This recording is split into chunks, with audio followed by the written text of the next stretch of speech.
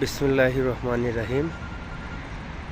আল্লাহর অশেষ মেহেরবানিতে এবছর ইনশাআল্লাহ আমরা কমপ্লিট করে মক্কা থেকে রিয়াদ থেকে দুবাই যাওয়ার পথে মক্কা থেকে রিয়াদে আসার আগে পাহাড়ের সর্বোচ্চ চূড়াতে আমরা চলে এসেছি। এই যে পাহাড় কেটে কেটে আঁকাবাঁকা রাস্তা তৈরি করা হয়েছে, সর্বোচ্চ চূড়াতে আমরা চলে আসছি। এখান থেকে পুরাটা পাহাড়ের ভিউ দেখা যায়।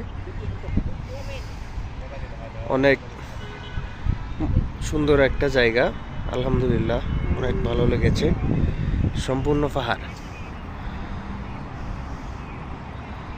আমরা একদম পাহাড়ের চূড়াতে সর্বোচ্চ চূড়াতে চলে এসেছি ইনশাল্লাহ।